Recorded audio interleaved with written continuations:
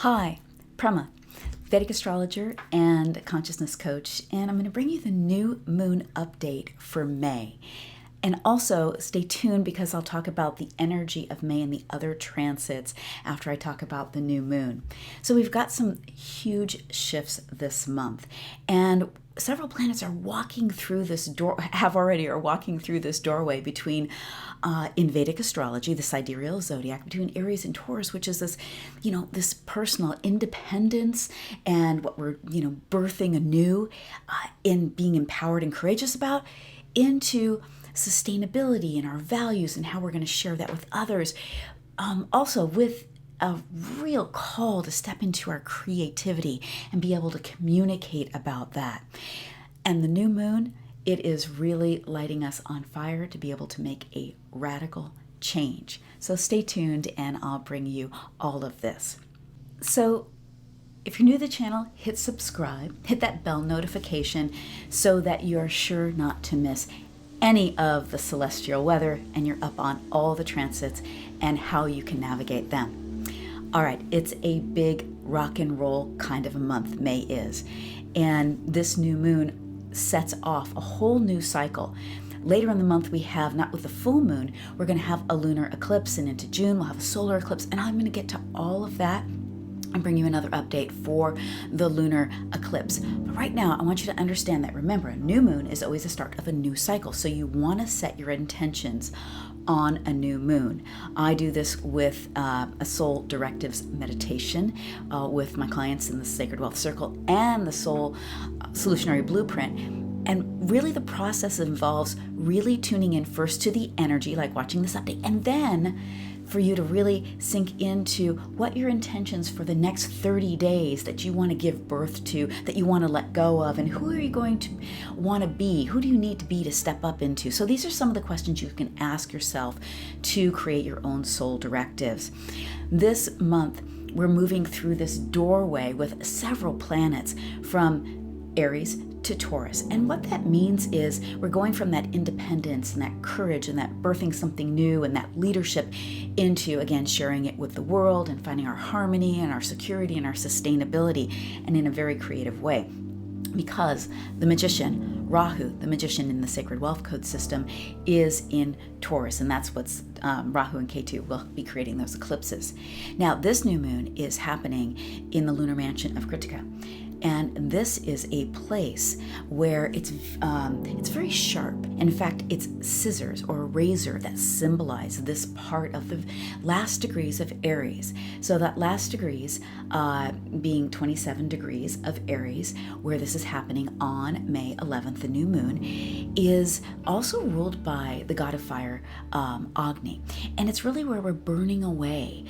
It gives us that purification energy. And the scissors, the razor, that energy, it has the power to cut away negativity and to really get to the deepest truths of things, to create radical change. So I want you to remember that anything that's coming up that feels like it might be falling away, or maybe you've been hemming and hawing on, like, okay, should I really let go of that? Do I need to cut that off? It's time. It may be time for you to go ahead and cut that away.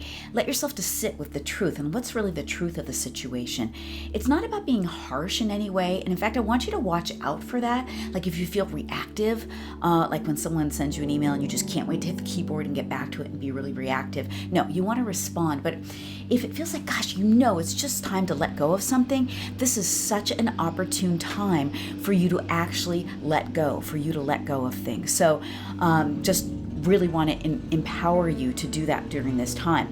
Now, it could be a pattern, it could be a way of being. Something in you is really going to want to change. It is time for a transformation for yourself, cutting something away. And it could also be a way, something about your physical being, a belief system. Kind of depends on where the Aries is in your chart and where this hits you. But on a collective level, what's coming up that is just, it's time. If you were willing to let it go and cut this away, You would be so much more free. You would feel so much more in your truth. These are the kinds of things coming up.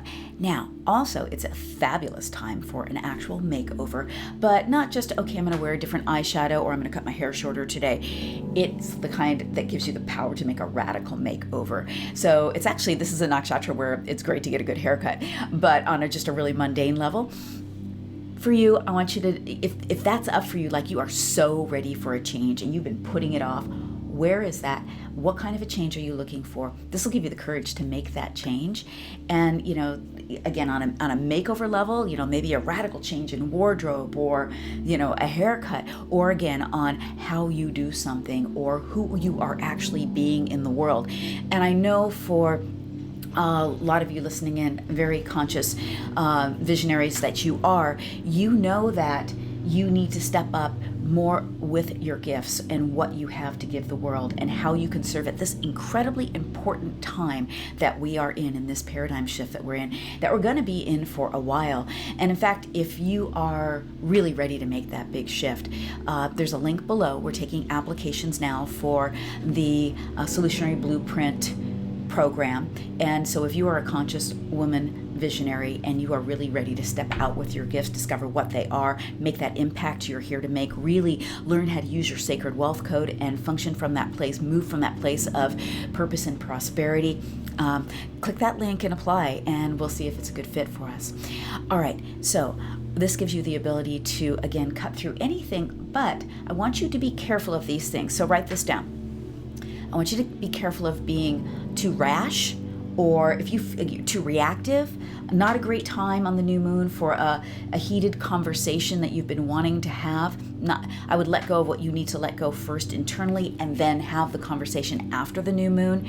Be careful of cutting something away too quickly. If you feel like you're being rash or again reactive, it's not the thing to do. But if you feel like, it's time. It's time, and you just know that in your heart, you know that in your bones, then it's going to give you the power to make that change, that courageous change that you need to make. Let me talk about some of the other aspects we have going on this month. As I said, some of the planets have already moved into the constellation of Taurus in Vedic astrology, the sidereal zodiac. And that's Venus and Mercury are already there with the magician Rahu. And Mercury being the great communicator in the Sacred Wealth Code system, and Venus being the artist, the connector. And if you're wondering what one of your Sacred Wealth Code archetypes is, you can also click the link for the free quiz, which will give you one of your archetypes. And if you want a full-on Sacred Wealth Code reading, the link is down below too, which is going to give you your divine gifts, which is going to show you where your shadow is and is going to empower you to step out with your gifts. Again, in this important time, you have something to give. So with these planets all together, we're going to have a level of connection and communication that we haven't had for the last couple of months. This is an energy of harmony, of creativity, and being able to share with each other, our ideas and what it is we are birthing anew or have birthed over the last couple of months here. These planets have been a little agitated, Mercury and Venus, because they've been close to the sun over the last couple of months. But now there's some liberation being in the house that they're very comfortable in. Venus owns this placement. The great connector and artist is just so happy in the muse in Taurus. And so wherever Taurus is in your chart, allow your creativity to come forward. The way that you speak, your creativity as far as whatever art is to you, but really give yourself an opportunity to connect in with others. That's super important. You're going to want to watch out for being too content, because this is a place of pleasure, and there's nothing wrong with pleasure. And in fact, the feminine is built for pleasure in so many ways, but we don't want shadow pleasure. We want to have intentional pleasure. And I want to invite you to bring more of that pleasure into your life, because that will fulfill you, whether that is the massage, whether that is taking in the garden. I'm a big gardener, and I'm so loving being in my garden at this time of year. It's just completely popping right now, and getting some sun on my skin and that deep connection with others. Whatever it is that pleasures you can really fortify you for your mission, for what you're here to do, for creating more stability, sustainability in your life, and doing it in a very practical way. But don't check out, it's not like about eating comfort food or binge watching, your favorite show that gives you pleasure. That's a shadow form of pleasure. When we're aware and we're conscious, then we can make better choices. So by all means, enjoy. But there's going to be this underlying theme of creating sustainability, and especially in this area of your chart, whatever Taurus represents for you, but on a collective level, that's, you're wanting this sustainability, this harmony in your life. Mars is still in Gemini. It's going to be there for a while. Again, we're getting practical around our ideas and courageous around our ideas. And Jupiter's in Aquarius, and that is really bringing the power back to social change, back to the people. And if you want to know more about that, Jupiter in Aquarius, I talk about that in my April update. And so you can go ahead and grab the link for that as well and watch that update where I really talk about that. That's a big theme that's going to carry on for a few months. And and so go ahead and check that out. Now, we have a lunar eclipse on the 26th. Now, I'm going to create another update about that and really go into that. But I want you to know that'll happen in Scorpio. It will be emotional, and we want it to be devotional, in that devotional sign of Scorpio. So you're going to need to manage your emotions around that time of the 26th. So I want to invite you to just mark the 25th, 26th, 27th off and make sure that you're grounded and stable during those times. Don't necessarily put anything really important on your schedule if you can avoid it. During those times, lunar eclipses create change, unexpected, and they do it rather quickly. But stay tuned, and go ahead and subscribe and hit that bell notification so you make sure you get the update when it comes out. I'll be giving you the update before the 26th. Then we also have going on this month, Saturn's going to go into retrograde. So is Mercury. So the Saturn retrograde will start on the 23rd, and it's happening in Capricorn. And this is Saturn's real strong in Capricorn, and we've been living with this theme for a while now. I've talked about what you need to commit to. And Saturn wants you to commit, but this is going to give you an opportunity to re-look at what you're committed to in this part of your life, what Capricorn represents for you, or collectively. What have you been working hard for? What have you been committed to? What have you been persevering through or struggling to persevere through? This is going to give you the ability to re-look at this and make sure that you're on target. Make sure, maybe you're going to need to recalibrate, make some different choices, around how you move through this, whatever Saturn represents for you, how you move through your commitments, because it has to be worthwhile for you to really persevere. Now, Saturn retrogrades for 5 months out of the year, so almost half the year. We're used to this. The time I want you to watch out for, it's going to retrograde right around 19 degrees. In fact, it'll be like at 19 degrees the whole month, and because it's going slow. When planets retrograde, they slow down, turn around, and when they go direct, they slow down, and then they turn around.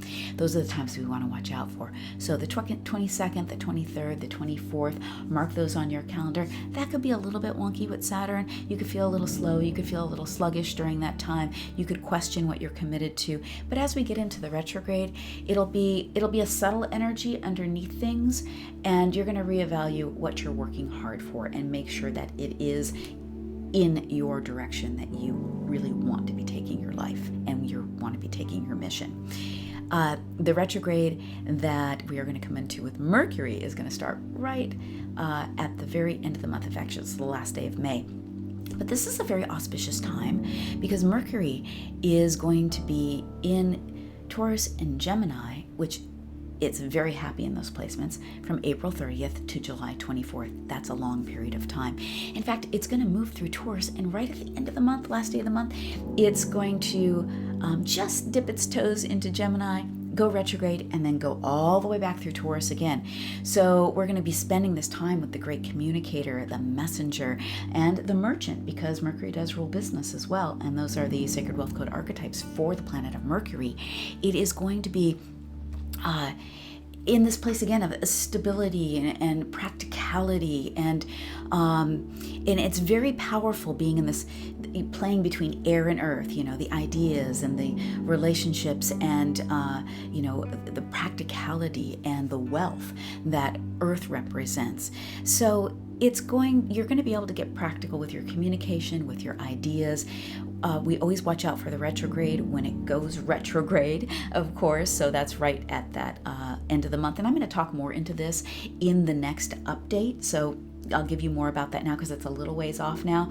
The same thing will be true that we always have with a retrograde around technology and transportation, is watch out for the days that around the when it does go retrograde. So May 30th, the 29th, the 30th, the 31st, right around that time. You want to be careful around travel, double check things, watch your communication.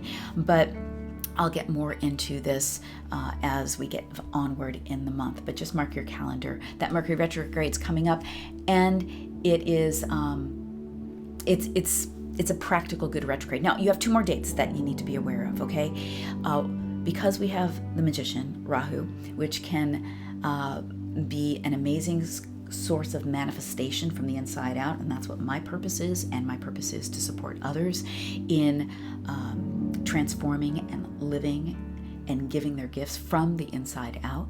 But it also can dabble in black magic as well, so we always have to watch that.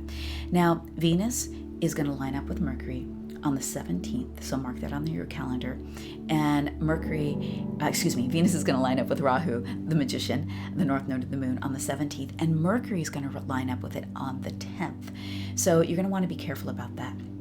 And the sun will actually line up with it on the 31st. So those days are a bit hot spots. And in fact,